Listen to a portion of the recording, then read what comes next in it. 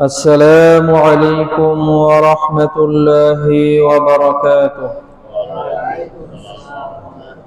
إن الحمد لله نحمده ونستعينه ونستغفره ونؤمن به ونتوكل عليه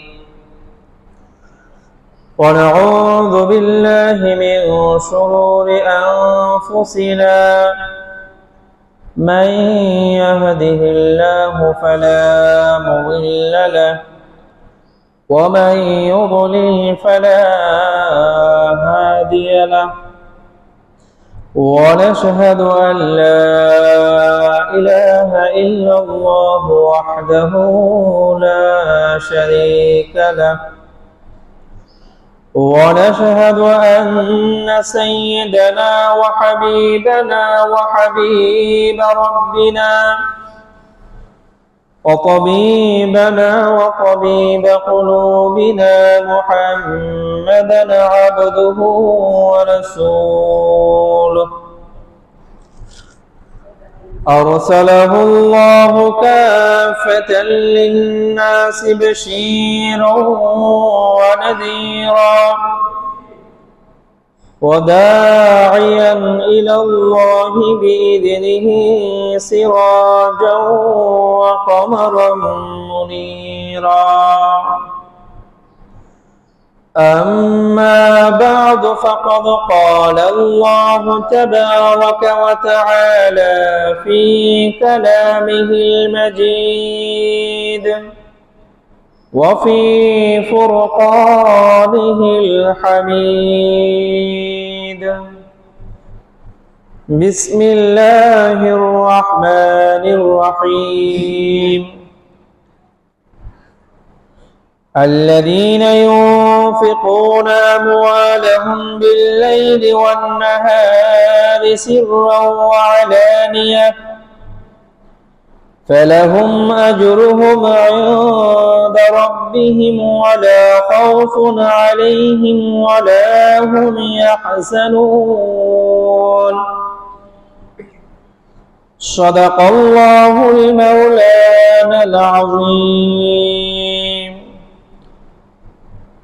وعن جابر رضي الله تعالى عنه يقول: ما سئل النبي صلى الله عليه وسلم عن شيء قط فقال لا، أو كما قال أصحاب رسول الله صلى الله عليه وسلم.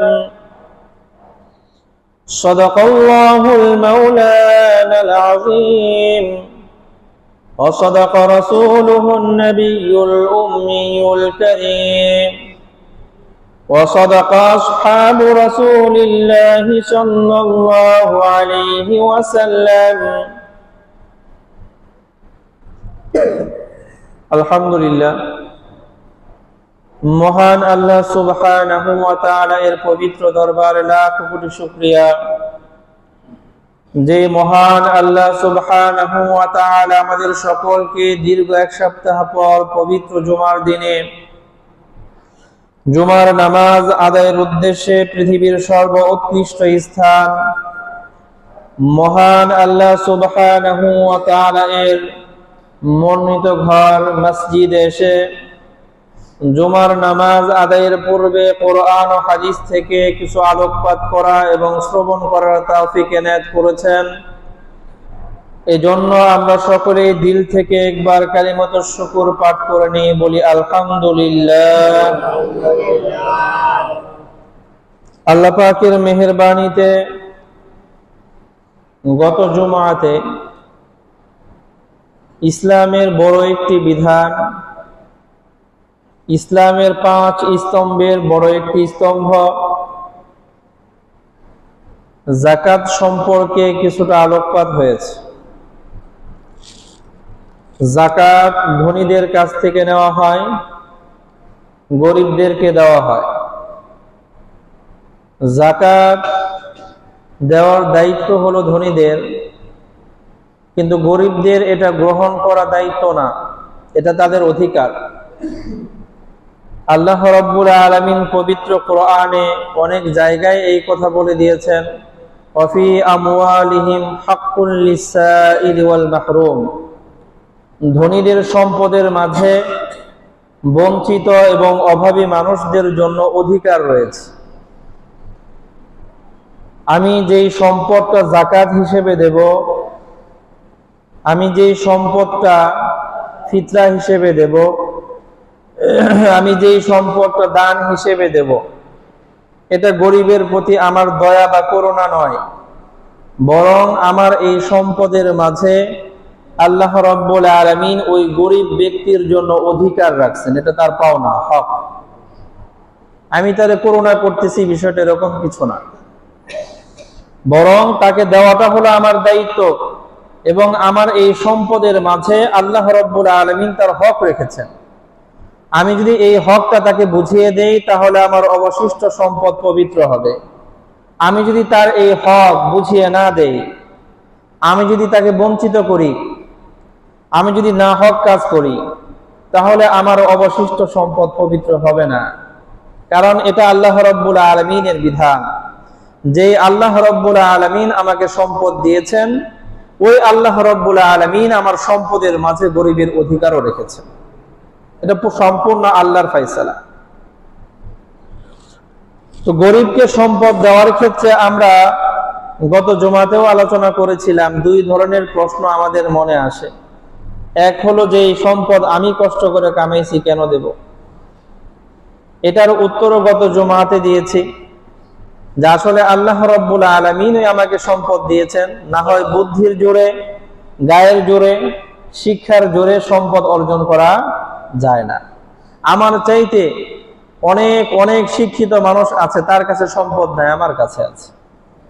আমার চাইতে অনেক দৈহিক শক্তির মানুষ আছে, তার কোনো সম্পদ নাই, রিক্সা চালায় খায়। আমি দুর্বল, আমার কাছে আল্লাহ সম্পদ দিয়ে দিছে। আমার চাইতে অনেক বুদ্ধিমান লোক আছে, পুরো গ্রামের মধ্যে, পুরো মহল্লার মধ্যে, পুরো ইউনিয়নের মধ্যে, পুরো থানার মধ্যে মাতবরি করে বেড়ায়। তার মাতবরি, তার ফয়সালা নিয়ে সবাই চলে, কিন্তু তার কাছে সম্পদ নাই। আমার বুদ্ধি কম, সম্পদ আল্লাহ আমার কাছে দিয়ে রাখছেন। এর মানে হলো বুদ্ধির জোরে সম্পদ আসে না, শক্তির জোরে আসে না, শিক্ষার জোরে আসে না। আল্লাহ রাব্বুল আলামিন যাকে চান তাকে সম্পদ, এটা আল্লাহর ফয়সালা।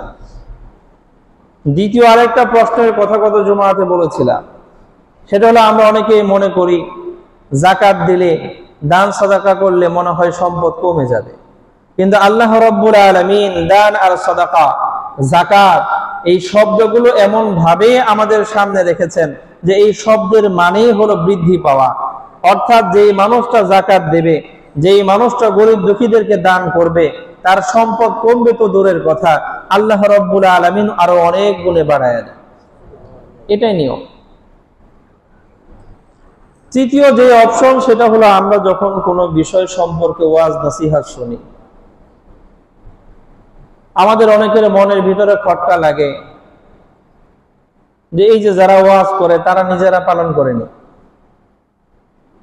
এরকম একটা প্রশ্ন জাগে। প্রশ্ন জাগতে জাগতে আমাদের অনেকের মনের মধ্যে জাগে যে আল্লাহ রাব্বুল আলামিন যেই নবীর মাধ্যমে আমাদেরকে এই ধর্ম দিয়েছেন, যে নবীর মাধ্যমে আল্লাহ রাব্বুল আলামিন আমাদের পর্যন্ত যাকাতের বিধান পৌঁছিয়েছেন, যে নবীর মাধ্যমে আল্লাহ রাব্বুল আলামিন ফিতরার বিধান আমাদের পর্যন্ত পৌঁছিয়েছেন, ওই নবী সাল্লাল্লাহু আলাইহি ওয়াসাল্লাম তিনি কেমন আমল করতেন, দান সাদাকার ক্ষেত্রে তিনার আমল কেমন ছিল, এই বিষয়টা আমাদের কৌতূহলী মনে জানার অনেক আগ্রহ। রাসূল কেমন দান করতেন, শুধু দান করতে বলতেন না, নিজেও করতেন।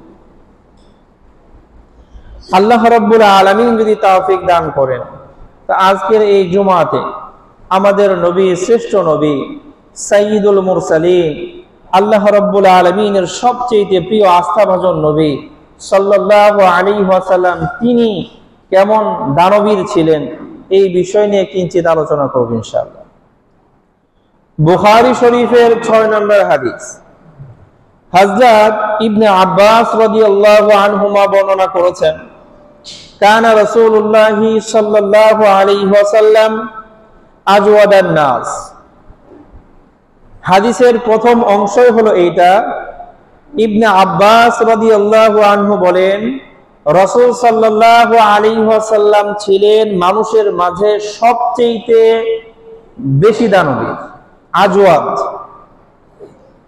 এই শব্দটাকে আরবিতে বলে ইসমে তাফজিল, তুলনামূলক বোঝানোর জন্য, যে অন্যের তুলনায় বেশি, এটা বোঝানোর জন্য যে শব্দ ব্যবহার হয় সেটা হলো আজওয়াদ, আফদাল। যে রাসূল সাল্লাল্লাহু আলাইহি ওয়াসাল্লাম অন্যদের তুলনায় সবচেয়ে বেশি দানশীল ছিলেন।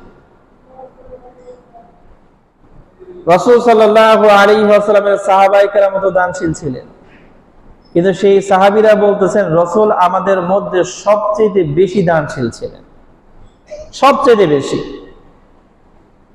কেমন দানশীল ছিলেন? হাদিসের পরের অংশ পড়ার আগে রাসূল সাল্লাল্লাহু আলাইহি ওয়াসাল্লাম যে সবচেয়ে বেশি দানশীল ছিলেন, কোন সাহাবী রাসূলের সাথে দানবীরতার দিক দিয়ে কখনো প্রতিপক্ষ হইতে পারে না। এমনও সাহাবী আছে লক্ষ লক্ষ কোটি টাকা আল্লাহর রাস্তায় দান করেছেন, কিন্তু কখনো এটা বলার সামর্থ্য হয় নাই যে রাসূলের চেয়ে বেশি দান করেছে, হয় নাই। বরং সাহাবীদের উক্তি হলো কানা রাসূলুল্লাহ সাল্লাল্লাহু আলাইহি ওয়াসাল্লাম আজওয়াদান নাস, মানুষের মাঝে সবচেয়ে বড় দানবীর ছিলেন আমাদের নবী, সবচেয়ে বড়। কেমন দানবীর ছিলেন? বুখারী শরীফের মধ্যে 6445তম হাদিস, মুসলিম শরীফের 991তম হাদিস। হযরত আবু হুরায়রা রাদিয়াল্লাহু আনহু বলেন, রাসূল সাল্লাল্লাহু আলাইহি ওয়াসাল্লাম সাহাবীদেরকে বলতেন, হে আমার সাহাবীরা, লাউ কানানি মিসলু উহুদিন যাহাবান, শোনো আমি নবী মুহাম্মদের কাছে উহুদ পাহাড় সমপরিমাণ যদি একটা স্বর্ণের স্তূপ থাকতো। কিসের? উহুদ পাহাড় সমপরিমাণ, একটা পাহাড় পরিমাণ স্বর্ণের একটা স্তূপ আমি নবী মুহাম্মদের কাছে যদি থাকতো, রাসূল বলেছেন লাসারনি আন লা তামুর আলাইয়া সালাতু লায়ালিন ওয়া ইনদি মিনহু শাই, তবে আমার মনে চাইতো 3 দিন অতিক্রম হওয়ার আগেই এই উহুদ পাহাড় সমপরিমাণ স্বর্ণ আমি মানুষকে দিয়ে দেই, আমার কাছে যেন কানা করে কিচ্ছু না থাকে। আমার মন এত বড়, যদি আমার কাছে উহুদ পাহাড় সমপরিমাণ স্বর্ণের একটা স্তূপ থাকতো, নবী বলতেছেন, তাহলে এই স্বর্ণের স্তূপ আমি 3 দিন আমার কাছে জমা রাখতাম না, এটা আমার কাছে পছন্দনীয় না। ইল্লা, তবে হ্যাঁ কিছু রাখতাম, কিছু। এখন মনে মনে সন্দেহ জাগবো, কি রাখতো? তাইলে সব দিয়ে দিতে, আবার কিছু রাখবে কেন? রাখবে? রাসূল সাল্লাল্লাহু আলাইহি ওয়াসাল্লাম বলেছেন ইল্লা শাইআন, তবে সামান্য কিছু রাখতাম। কেন রাখতাম? আর শুধু লিদাইনি, ওই যে আমার যে কিছু ঋণ আছে, এই ঋণ পরিশোধ করার জন্য। কারণ দান করার চাইতে ঋণ পরিশোধ করা হলো বড় দায়িত্ব। দান করার চাইতে, কথা বলেন না, ঋণ পরিশোধ করা এটা বড় দায়িত্ব। এজন্য রাসূল বলেছেন আমার কাছে যদি উহুদ পাহাড় সমপরিমাণ একটা স্বর্ণের স্তূপ থাকতো, 3 দিনের আগে আমি মানুষকে দিয়ে শেষ করে ফেলতাম, তবে সামান্য কিছু রাখতাম আমার ঋণগুলো পরিশোধ করার জন্য। এটা রাসূলের মুখের কথা। আল্লাহ। এরপরে দেখেন রাসূল সাল্লাল্লাহু আলাইহি ওয়াসাল্লামের বাস্তব আমল দেখেন। বুখারী শরীফের মধ্যে 3148তম হাদিস, হযরত জুবাইর ইবনে মুতঈম রাদিয়াল্লাহু আনহু বর্ণনা করেন যে রাসূল সাল্লাল্লাহু আলাইহি ওয়াসাল্লাম হুনাইনের যুদ্ধ থেকে ফিরতেছে, সাথে সাহাবায়ে কেরাম আছে। তো ফেরার সময় কিছু গ্রাম্য লোক শিষ্টাচার শিক্ষা একটু কম। অনেক মানুষ আছে কার সাথে কেমন আচরণ করতে হয় বুঝে না, বুঝে কম, যার কারণে যেই জায়গায় যে কথা বলার না বলে ফেলে, যার সাথে যেমন আচরণ করার না তার সাথে তেমন আচরণ করে ফেলে। এরকম গ্রাম্য কিছু সাহাবী রাসূল হুনাইনের যুদ্ধ থেকে ফিরতেছে, রাস্তায় রাসূল সাল্লাল্লাহু আলাইহি ওয়াসাল্লামকে ধরছে। রাসূল সাল্লাল্লাহু আলাইহি ওয়াসাল্লামকে বলতেছে আমাদেরকে কিছু দেন। রাসূলের কাছে চাইতেছে, যে সাহাবীরা চাইতেছে গ্রাম্য সাহাবী, অশিক্ষিত, বেশি শিক্ষা দীক্ষা নাই, ওই সাহাবায়ে কেরাম তারা বুঝতে পারতেন না যে রাসূলের সাথে আসলে কেমন আচরণ করতে হয়। গ্রাম্য লোক তো রাসূল সাল্লাল্লাহু আলাইহি ওয়াসাল্লামের কাছে চাইতে চাইতে রাসূলকে রাস্তার এক সাইডে নিয়ে গেছে, চারিপাশ থেকে ঘিরে এক পাশে নিয়ে গেছে। এমনকি রাসূল সাল্লাল্লাহু আলাইহি ওয়াসাল্লাম চাপতে চাপতে একটা বাবলা গাছের কাছে চলে গেছে। বাবলা গাছ কাঁটাদার বৃক্ষ, তো কাঁটার মধ্যে রাসূল সাল্লাল্লাহু আলাইহি ওয়াসাল্লামের চাদর বিঁধে গেছে। তো রাসূল সাল্লাল্লাহু আলাইহি ওয়াসাল্লাম সেখানে গিয়ে থেমে গেছেন। তো রাসূল সাল্লাল্লাহু আলাইহি ওয়াসাল্লাম বলেন, হে আমার সাহাবীরা, এই যে আমার যে চাদরটা বাবলা গাছের কাঁটায় বিঁধে গেছে, ওই চাদরটা একটু ঠিক করে আমার কাছে দাও। শোনো, ফালাউ কানা আদাদু হাযিহিল ইদাতি নি'মান, সাহাবীরা শোনো, তোমরা তো আমার কাছে চাইতেছো, আমি দিতে পারতেছি না। চাইতে চাইতে ধাক্কাইতে ধাক্কাইতে রাস্তার এক কর্নার নিয়ে আসছো। শোনো, আমার কাছে যদি এই বাবলা গাছে যে পরিমাণ কাঁটা আছে, এত পরিমাণও যদি আমার কাছে গৃহপালিত কোনো প্রাণী থাকতো, বন্য পশু থাকতো, আমার কাছে উট থাকতো, আমার কাছে বাকরি থাকতো, আমার কাছে ঘোড়া থাকতো, এই যে এই বনের মধ্যে যেই পরিমাণ বাবলা গাছ আছে আর বাবলা গাছের যেই পরিমাণ কাঁটা আছে, এই কাঁটার সমপরিমাণ আমার কাছে যদি কোনো প্রাণী থাকতো, রাসূল সাল্লাল্লাহু আলাইহি ওয়াসাল্লাম বলেছেন, লাকাসামতুহু বাইনাকুম, আমি সব তোমাদের মধ্যে বন্টন করে দিতাম, কিচ্ছু রাখতাম না। যদি আমার কাছে থাকতো, নাই তো, তোমরা চাইতেছ আমি কোথা থেকে দেব, নাই আমার কাছে, যদি থাকতো। রাসূল সাল্লাল্লাহু আলাইহি ওয়াসাল্লাম বলেছেন, লাকাসামতুহু বাইনাকুম, আমি সেই সব ঘোড়া, সব উট, সব বকরি তোমাদের মাঝে আমি বন্টন করে দিয়ে দিতাম। ওয়ালা তাজিদুনি বাকিলা, তোমরা আমারে বখিল পাইতা না, কৃপণ পাইতা না। আমি নবী মুহাম্মদ তো কৃপণ না। এখন চাইতেছো কিন্তু আমার কাছে দেওয়ার মতো কিছু নাই। একবার চিন্তা করেন, একজন মানুষ আমার কাছে চাইতে আসছে, নিজের একটু ওই জায়গায় দাঁড় করান, আমার কাছে চাইতে আসছে। চাইতে আসার পরে যদি আমার খুব বিরক্ত করে, আমি কি তার সাথে ভালো আচরণ করব? কথা কয় না। বলবো ফকিরের ঘরের ফকির, আইসস ভিক্ষা চাইতে, আবার আমার সাথে বার্গেনিং করস। কথা বুঝেন না? আমাদের ভাষ্য তো এমনই থাকবে, ভিক্ষা চাইতে এসে আবার ওর ভাবটা দেখো, যা এখন যা, ভাগ, পরে আসিস, এরকম না কথা। কিন্তু রাসূল সাল্লাল্লাহু আলাইহি ওয়াসাল্লাম দেখেন এই সময়টাতে কত সুন্দর করে বোঝাই দিয়েছেন, হে আমার সাহাবীরা, আমার কাছে কিছু নাই, যদি থাকতো তাহলে আর এইভাবে চাওয়া লাগতো না। এই বাবলা গাছের কাঁটা সম পরিমাণ প্রাণী থাকলেও আমি তোমাদের মাঝে বন্টন করে দিয়ে দিতাম।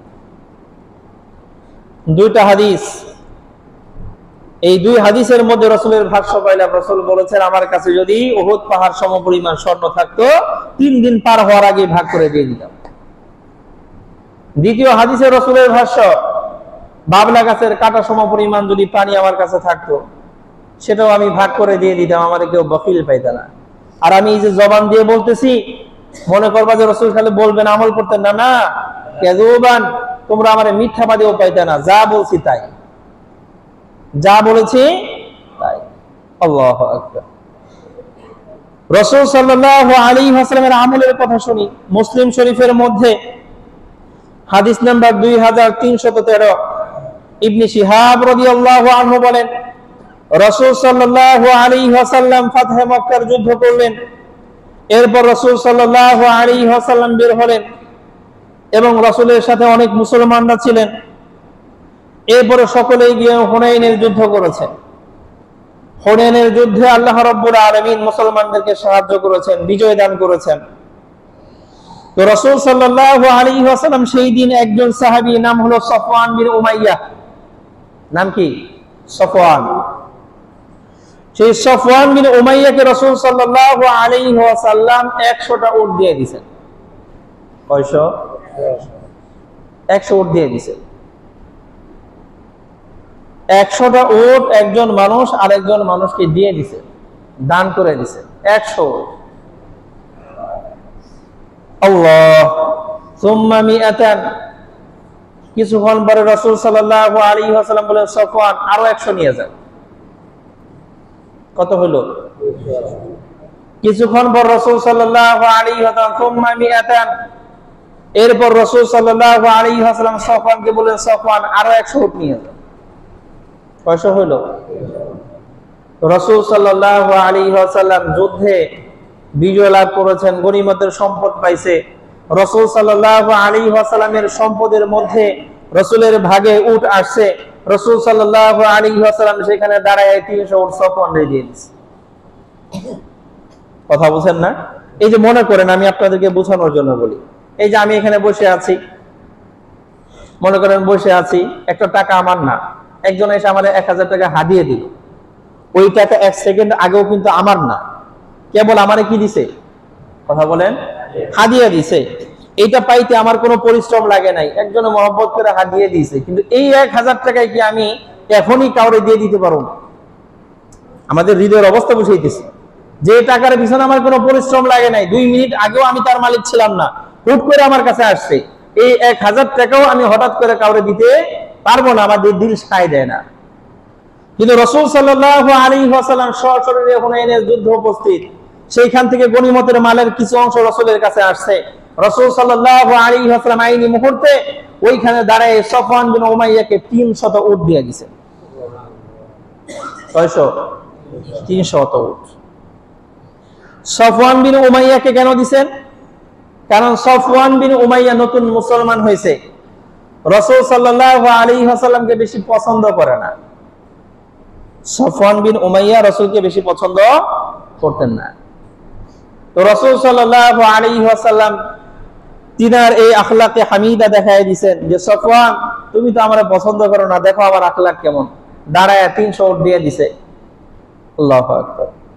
ইবনে শিহাব বলেন, সাঈদ ইবনুল মুসাইয়াব বর্ণনা করেছেন যে আন্না সফওয়ান ক্বালা, সফওয়ান বিন উমাইয়া নিজে বক্তব্য সে বলতেছে, ওয়াল্লাহি লাকাদ আ'তানি রাসূলুল্লাহি সাল্লাল্লাহু আলাইহি ওয়াসাল্লাম মা আ'তানি, আল্লাহর কসম করে বলি রাসূল সাল্লাল্লাহু আলাইহি ওয়াসাল্লাম আমারে এত পরিমাণ দান করেছেন, এত পরিমাণ দিয়েছে আমারে, যে ওয়া ইন্নাহু লাআবগাদুন নাসি ইলাইয়া, যে এতদিন পর্যন্ত আমার কাছে সবচেয়ে অপ্রিয় মানুষ ছিল মুহাম্মদ।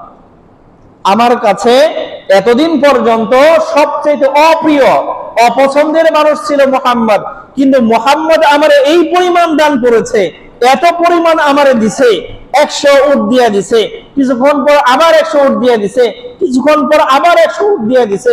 মুহাম্মদ সাল্লাল্লাহু আলাইহি ওয়াসাল্লাম আমারে এত পরিমাণ দিছে, ফামা বাইহা ইয়াতিনি হাত্তা ইন্নাহু লাহাব্বান নাস ইলাইয়া, রাসূল আমাকে দিতে দিতে দিতে দিতে এমন খুশি করে দিছে, এখন আমার কাছে পৃথিবীর মধ্যে সবচেয়ে পছন্দের মানুষ হলো মুহাম্মদ।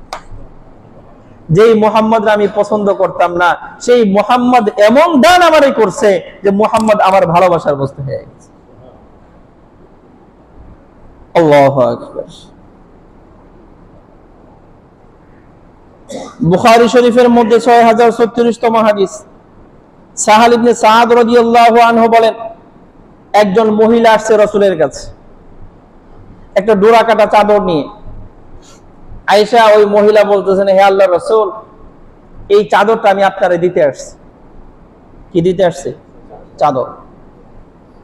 সাহাবায়ে কেরাম বলেন, রাসূল সাল্লাল্লাহু আলাইহি ওয়াসাল্লাম ওই মহিলার হাত থেকে এমন ভাবে চাদরটা নিলেন, আমরা এই নেওয়ার ভাব ভঙ্গিমা দেখেই বুঝতে পারলাম রাসূলের চাদরটা খুব দরকার ছিল। কথা বুঝেন নাই? মানে নেওয়ার ভাব দেখে বুঝলাম চাদরটা রাসূলের কি ছিল? দরকার ছিল।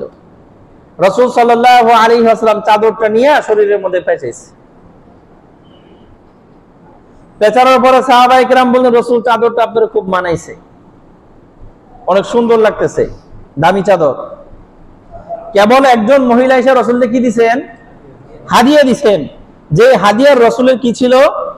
কথা বলেন না, প্রয়োজন ছিল। তার মানে ওইরকম চাদর রাসূলের কাছে এখন আর নাই, দরকার। সাহাবীরা বলতেছেন, নেওয়ার ভাব দেখে আমরা বুঝতে পারছি রাসূলের দরকার। তো রাসূল সাল্লাল্লাহু আলাইহি ওয়াসাল্লাম নিছেন। নেওয়ার পরে রাসূল যখন এই গায়ে পেঁচাইছেন, পেঁচানোর পরে সুন্দর লাগতেছে, ওই উপস্থিত একজন সাহাবী দাঁড়ায় বলছেন, রাসূল, এই চাদরটা তো আপনার গায়ে খুব সুন্দর লাগতেছে, অনেক সুন্দর লাগতেছে, যদি এই চাদরটা আপনি আমারে পরাইয়ে দিতেন। কথা বুঝেন না? যেই চাদর কেবল একজন মহিলা এসে কারে দিছে, আর রাসূলের নেওয়ার ভাব দেখেও বোঝা গেছে রাসূলের দরকার আছে। গায়ে পেঁচাইছে, সাহাবায়ে কেরাম প্রশংসাও করেছে, সুন্দর লাগতেছে। এই সাহাবী দাঁড়ায় বলছে, রাসূল, চাদরটা অনেক সুন্দর, যদি আমার একটু পরাইয়ে দিতেন। পরাইয়ে দিতেন মানে বুঝেন? মানে যদি আমারে দিয়ে দিতেন। রাসূল সাল্লাল্লাহু আলাইহি ওয়াসাল্লাম সাথে সাথে নিজের গায়ে থেকে খুইলা চাদর তারে দিয়ে দিয়েছে। কথা কি বুঝতেছেন? আমি এই যে একটু আগে বললাম কেবল একজনের টাকা হাদিয়ে দিল, সাথে সাথে আমি দিতে পারবো না, আমাদের দিল এত বড় না। কিন্তু রাসূল সাল্লাল্লাহু আলাইহি ওয়াসাল্লামকে কেবল এক মহিলা এসে চাদর হাদিয়ে দিছে, যে চাদর রাসূলের প্রয়োজন, গায়ে জড়াইছে। সাহাবায়ে কেরাম দেখে প্রশংসা করতেছে, এই চাদরটা একজন সাহাবী চাইছে, রাসূল সাথে সাথে দিয়ে দিছে, ভ্রুক্ষেপ করেন নাই। অন্যান্য সাহাবীরা এই সাহাবীরে ধরছে, ধরে বলতেছে, এই তুমি দেখলাই রাসূল চাদরটা এমন ভাবে নিল, আমরা সবাই বুঝতেই পারলাম রাসূলের চাদরটা খুব দরকার, তুমি চাইছো কি লেগে?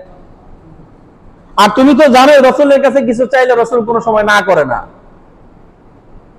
তুমি জানো না রাসূলের কাছে কিছু চাইলে রাসূল কখনো কি করে না, না করে না। তো রাসূলের যেই চাদরের প্রয়োজন আমরা সবাই বুঝতে পারলাম, ওই চাদর রাসূল গায়ে পেঁচেছে, তুমি চাইছো কেন? সব সাহাবীরা তারে ধরছে, তুমি চাইছো কেন? এখন এই সাহাবী বলতেছেন যে আমি কেন চাইছি সেটা তোমরা জানো?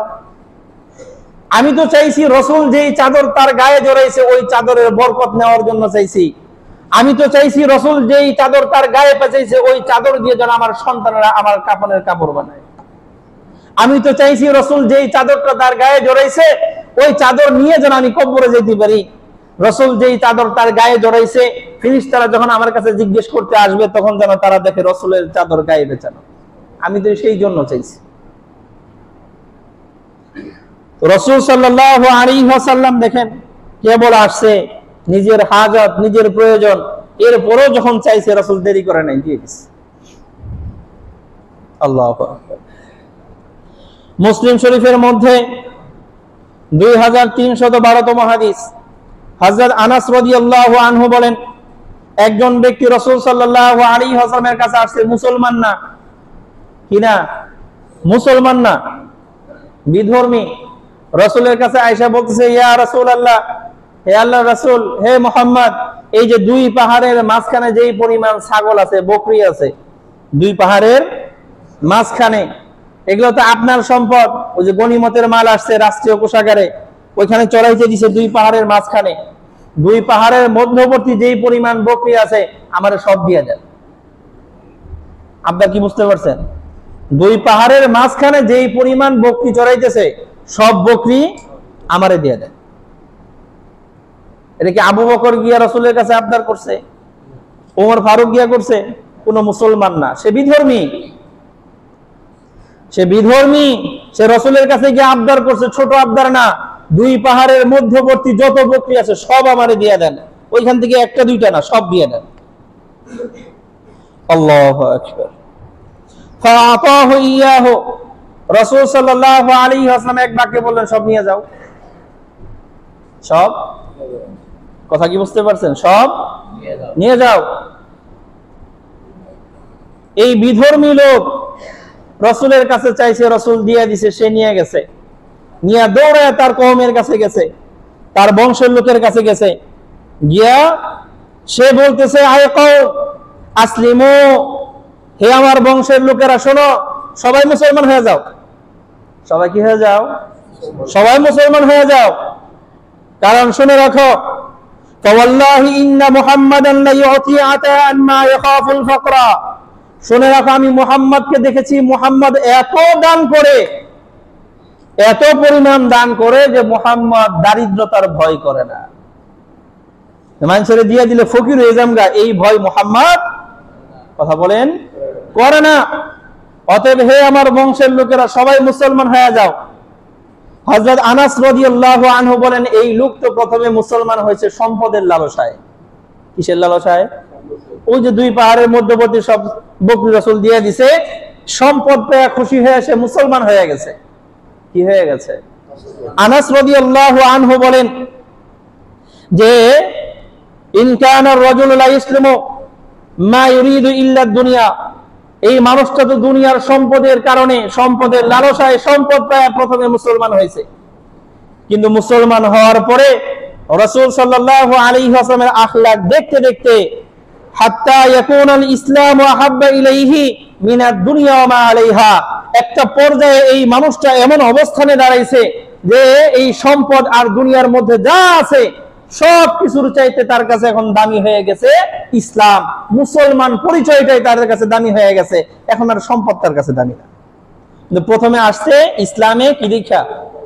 মুহাম্মদ সাল্লাল্লাহু আলাইহি ওয়াসাল্লামের দানশীলতা দেখা, মুহাম্মদ এত দান করে। শুধু তাই না, সাহাবী হযরত জাবির রাদিয়াল্লাহু আনহু বলেন, বুখারী শরীফের মধ্যে আছে 6034তম হাদিস, জাবির রাদিয়াল্লাহু আনহু বলেন, মা সুইলান নবী সাল্লাল্লাহু আলাইহি ওয়াসাল্লাম আন শাইইন কাত্তু, রাসূল সাল্লাল্লাহু আলাইহি ওয়াসাল্লামের কাছে কখনোই যদি কোনো কিছু চাওয়া হইতো, রাসূলের কাছে যদি কখন কোনো কিছু চাওয়া হইতো, ফাকাল লা, এমন কোনো দিন হয় নাই রাসূল বলছেন যে দিব না। কথা বুঝেন নাই?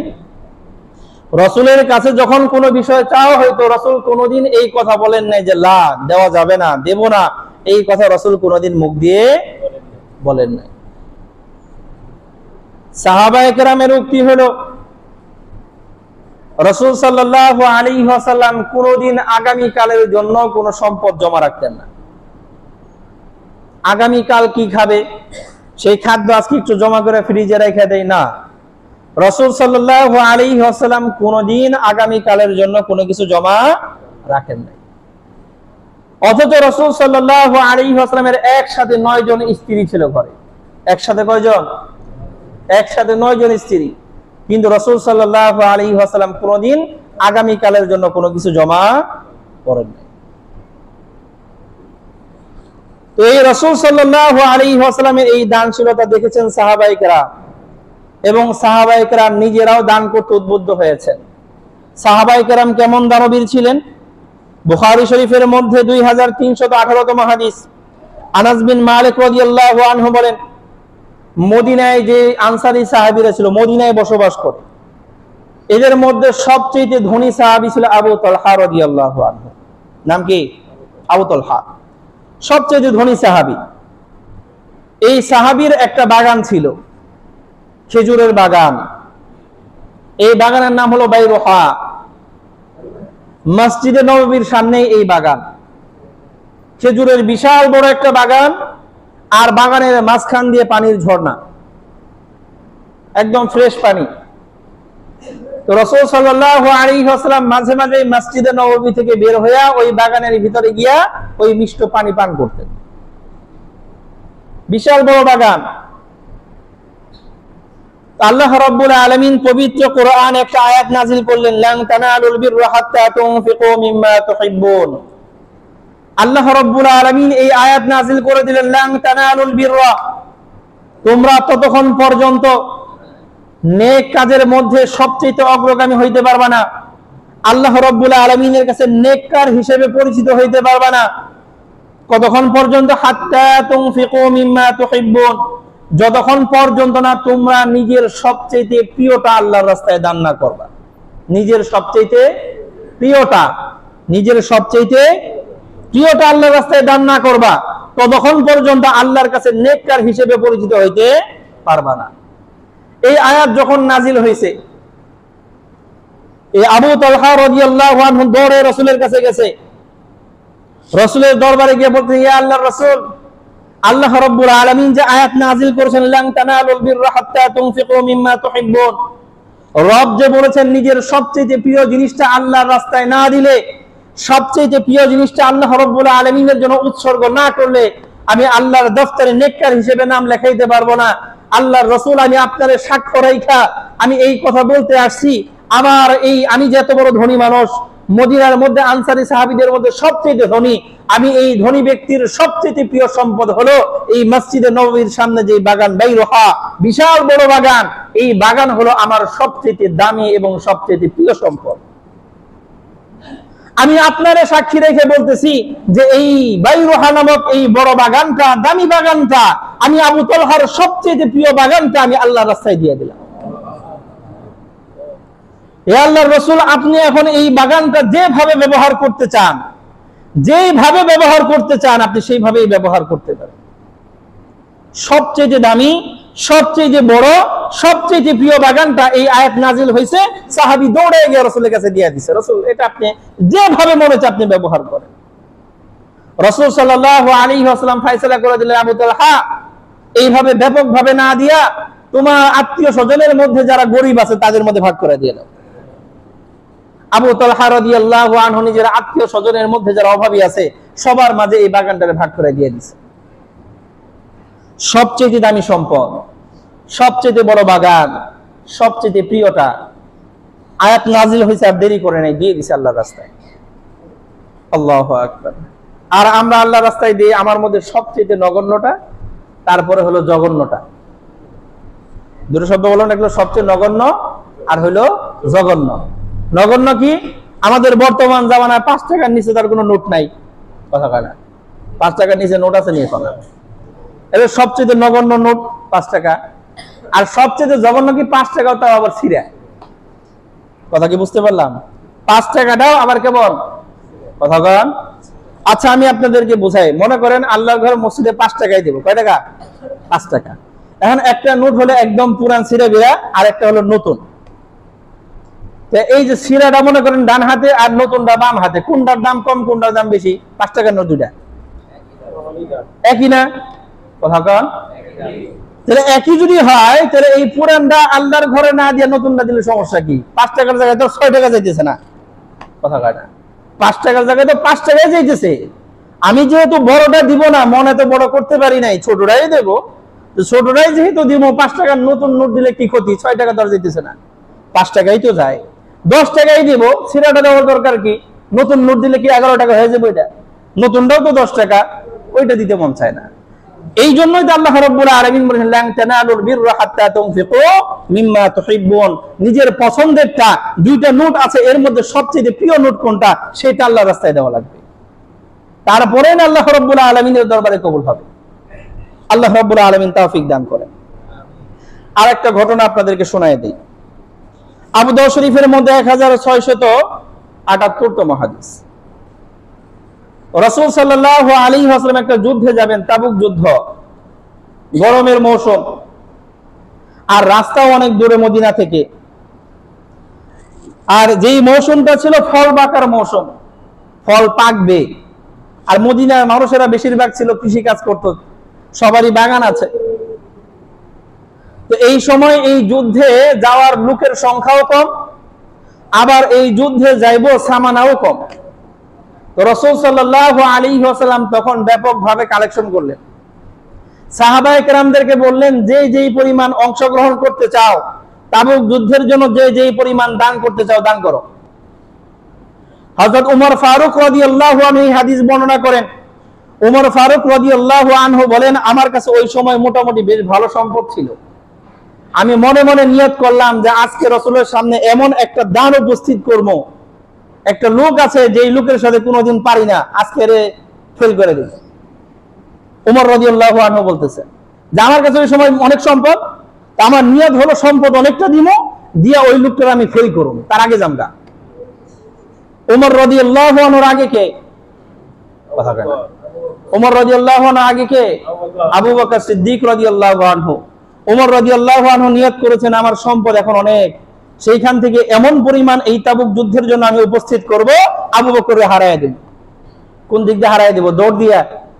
কথা কয় না। দান কইরা। আমরা তো হারায় দেই বিল্ডিং কইরা, আমরা তো হারায় দেই ব্যবসা কইরা, আমরা তো হারায় দেই ধাক্কা দিয়া, আমরা তো হারায় দেই মামলা দিয়া, কথা কয় না। কিন্তু উমর রাদিয়াল্লাহু আনহু বলেন আমি হারায় দেব দান কইরা। উমর ফারুক রাদিয়াল্লাহু আনহু সম্পদের একটা বস্তা লইয়া রাসূলের সামনে নিয়ে উপস্থিত করেছে, রাসূলের জামি নিয়ে আসছে।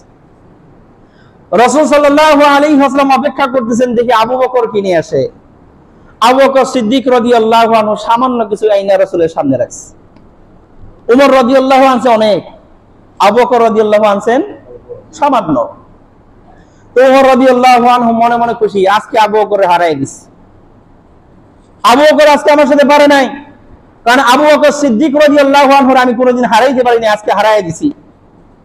হ্যাঁ, খেয়াল করেন, আয়েশা সিদ্দিকা রাদিয়াল্লাহু তাআলা আনহা রাসূল সাল্লাল্লাহু আলাইহি ওয়াসাল্লামের কোলে মাথা রেখে শুয়ে আছে, আকাশের তারকাগুলো দেখতেছে। আর রাসূলকে জিজ্ঞেস করতেছে, ইয়া আল্লাহর রাসূল, এই যে আকাশের অসংখ্য অগণিত তারকা সমপরিমাণ নেকি কি কারো আছে? রাসূল বলতেছেন হ্যাঁ আছে। কার আছে? উমরের আছে। কার আছে?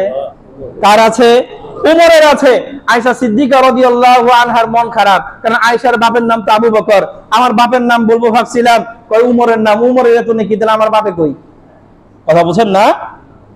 রাসূল সাল্লাল্লাহু আলাইহি ওয়াসাল্লাম বলেছেন, তোমার বাবার এনে টেনশন করো না, তোমার বাবার এক রাতের আমল আকাশের সমস্ত নক্ষত্রের চাইতেও বেশি। হিজরতের সময় রাসূলের সাথে গারে সাউরে যে আশ্রয় নিয়েছিল, সেই এক রাতের আমল এই আকাশের সমস্ত নক্ষত্রের চাইতেও বেশি। সেই আবু বকর সামান্য সম্পদ নিয়ে আসছে, উমর রাদিয়াল্লাহু আনহু অনেক বেশি পরিমাণ নিয়ে আসছে। মনের ভিতরে একটা আনন্দ, আজকে আবু বকরকে হারাই দিছি। রাসূল সাল্লাল্লাহু আলাইহি ওয়াসাল্লাম যদি জিজ্ঞেস করে, উমর কি নিয়ে আসছো? তুমি নিয়ে আসছি 50 লাখ। আবু বকর যখন কেউ কি নিয়ে আসছো, আবু বকর কবে নিয়েছি 2 টাকা। কথা বুঝেন না? উমর রাদিয়াল্লাহু আনহু মনে মনে আনন্দিত, কিন্তু রাসূল সাল্লাল্লাহু আলাইহি ওয়াসাল্লাম প্রশ্ন চেঞ্জ করে দিয়েছেন। রাসূল জিজ্ঞেস করেন নাই উমর কি নিয়ে আসছো, আবু বকর কি নিয়ে আসছো। রাসূল প্রশ্ন করেছেন, উমর তুমি কি পরিমাণ রাইখা আসছো? কি পরিমাণ রাইখা আসছো?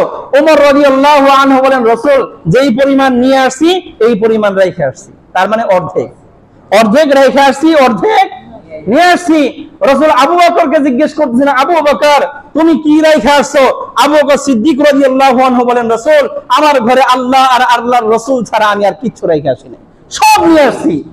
উমর রাদিয়াল্লাহু আনহু বলেন, আজকেও আবু বকরের সাথে পারলাম না, কারণ রাসূল প্রশ্ন এমন ভাবে করেছেন, আবু বকর কি রাইখা আসছো? আবু বকর বলেন, রাসূল আমি কিচ্ছু রাইখা আসি নাই, আমার ঘরে শুধু আল্লাহ আল্লাহর রাসূল রেখে আসছি, আর সব নিয়ে আসছি। আমার আছে সামান্যই নিয়ে আসছি। বলেন তো জিতে গেছে কে? কে জিতে গেছে? কে জিতে গেছে? আবু বকর সিদ্দিক জিতে গেছে। পকেটে 10 টাকা আছে, 10 টাকাই দিয়ে দিছি। আরেকজনের 1 লাখ আছে, সেখানে 100 টাকা দিছে। আমি জিতে গেছি, কারণ আমি আমার পুরোটা দিছি, সে তার 1 লাখের 100 ভাগের 1 ভাগও দেয় নাই। কথা কি বুঝতে পারলা? এই জন্য এরকম মনক্ষুণ্ণ হওয়ার কিছু নাই যে আমি তো গরিব মানুষ, অল্প সামান্য। না, আমি আমার হাইসিয়াতে যা দিচ্ছি, আল্লাহ রাব্বুল আলামিন আমাকে এই প্রশ্ন করবেন, তুমি কি পরিমাণ রাইখা দিছো। আল্লাহ রাব্বুল আলামিন বলবেন না কয় টাকা দিছো, কয় টাকা থেকে কয় টাকা দিছো, আল্লাহর কাছে হিসাব আছে। আল্লাহু আকবার। আল্লাহ রাব্বুল আলামিন কবুল করেন। আজকের আলোচনার শুরুতে যে হাদিস শুনিয়েছি, যে রাসূল সাল্লাল্লাহু আলাইহি ওয়াসাল্লাম কানা আজওয়াদিন নাস, রাসূল সাল্লাল্লাহু আলাইহি ওয়াসাল্লাম মানুষের মাঝে সবচেয়ে বেশি দানশীল ছিলেন। আবু বকরের চাইতেও বেশি, উমরের চাইতেও বেশি, উসমানের চাইতেও বেশি, আবু তালহার চাইতেও বেশি, সবচেয়ে বেশি দানশীল ছিলেন কে? আমাদের নবী। ইবনে আব্বাস রাদিয়াল্লাহু আনহু বলেন, ওয়া কানা আজওয়াদু মা ইয়াকুনু ফি রমাদান। আর রাসূল সাল্লাল্লাহু আলাইহি ওয়াসাল্লাম এমনিতেই তো দানবীর, সবচেয়ে বেশি দান করতেন যেই মাসে, সেটা হলো রমাদান। কোন মাস? কোন মাস? সারা বছর তো রাসূল দিতেনই, 2 পাহাড়ের মধ্যবর্তী বকরি চাইলেও দিয়ে দিতেন। ওহদ পাহাড় সমপরিমাণ স্বর্ণের ঢের থাকলেও 3 দিনের মধ্যেই বিলি করে দিয়ে দিতেন। রাসূল সাল্লাল্লাহু আলাইহি ওয়াসাল্লাম বলেছেন, এই বাবলা গাছের কাঁটা সমপরিমাণ যদি আমার কাছে প্রাণী থাকতো, সেগুলো আমি দিয়ে দিতাম, আমারে তোমরা কৃপণ পাইতা না।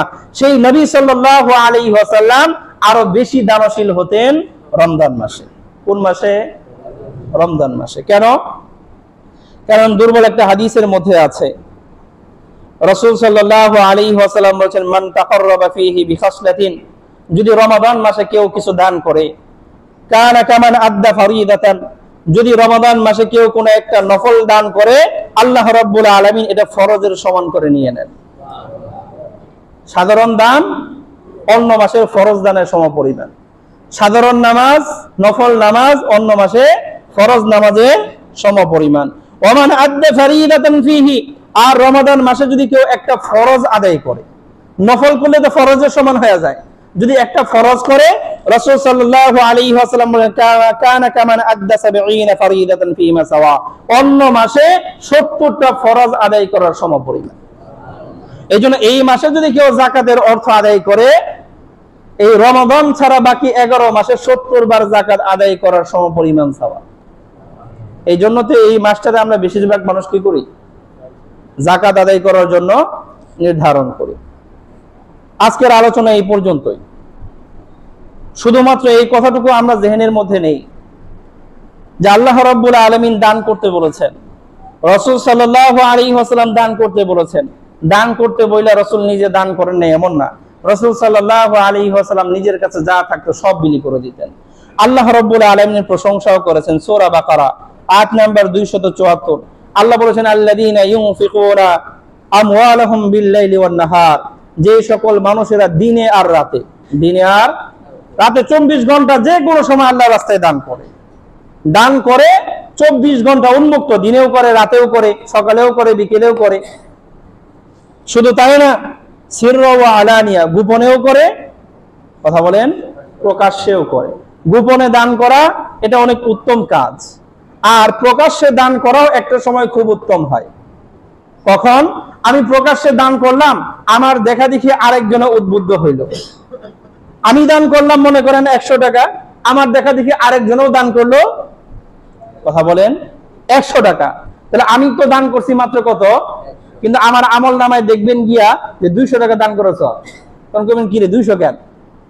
এখনো আমি তো 100 দিয়েছি, আর এখনো আমাকে দেখে আরেকজন উদ্বুদ্ধ হয়ে কি দিছিল, ওইটা সমপরিমাণ সওয়াব আমার আমল নামায়। কারণ রাসূল বলেছেন আদ-দাল্লু আলাল খাইরি কাফাইলিহি, নেক কাজে যে মানুষকে পথ দেখায় সে ওই নেক কাজকারীর সমপরিমাণ সওয়াব পায়। এই জন্য প্রকাশ্যে দানেরও কি আছে, সওয়াব আছে, বিনিময় আছে, তবে নিয়ত ঠিক রাখতে হবে। নিয়ত দেখানোর জন্য না, নিয়ত হলো অন্যদেরকে কি করার জন্য, উদ্বুদ্ধ করার জন্য। আল্লাহ রাব্বুল আলামিন তৌফিক করেন। যারা দিনে রাতে দান করে, প্রকাশ্যে গোপনে দান করে, আল্লাহ রাব্বুল আলামিন বলেছেন তাদের জন্য ফালাহুম আজরুহুম ইনদা রাব্বিহিম, তারা তাদের রবের কাছে বিনিময় পাবে। ওয়ালা খাউফুন আলাইহিম ওয়ালা হুম ইয়াহজারুন, তাদের ভবিষ্যৎ নিয়ে কোনো দুশ্চিন্তা নাই, অতীত নিয়ে কোনো আফসোস। ভবিষ্যৎ নিয়ে দুশ্চিন্তা নাই আর অতীত নিয়ে কি নাই? এই জায়গার নাম কি? যেখানে ভবিষ্যৎ নিয়ে দুশ্চিন্তা থাকবে না আর অতীত নিয়ে আফসোস থাকবে না, ওই জায়গার নাম কি? কথা কয় না। ওই জায়গার নাম হলো জান্নাত। ওই জায়গার নাম কি? যেখানে ভবিষ্যৎ নিয়ে কোনো দুশ্চিন্তা নাই আর অতীত নিয়ে কোনো টেনশনও নাই, ওই জায়গার নাম কি? তাহলে যেই সকল মানুষেরা দিনে রাতে দান করে, গোপনে আর প্রকাশ্যে দান করে, আল্লাহ রাব্বুল আলামিনের কাছে তাদের জন্য বিনিময় আছে, আর সেইটার নাম হইল জান্নাত। আল্লাহ রাব্বুল আলামিন আমাদের সকলকে নিজেদের দানের মাধ্যমে আল্লাহ রাব্বুল আলামিনকে খুশি করে আল্লাহ রাব্বুল আলামিনের কাছ থেকে সেই অনিন্দ বিনিময়, অফুরন্ত নিয়ামতের সেই বিনিময়, সেই জান্নাত আমাদের সকলকে অর্জন করার তৌফিক দান করেন। আমিন। ওয়া আখিরু দাওয়ানা আলহামদুলিল্লাহি রাব্বিল আলামিন।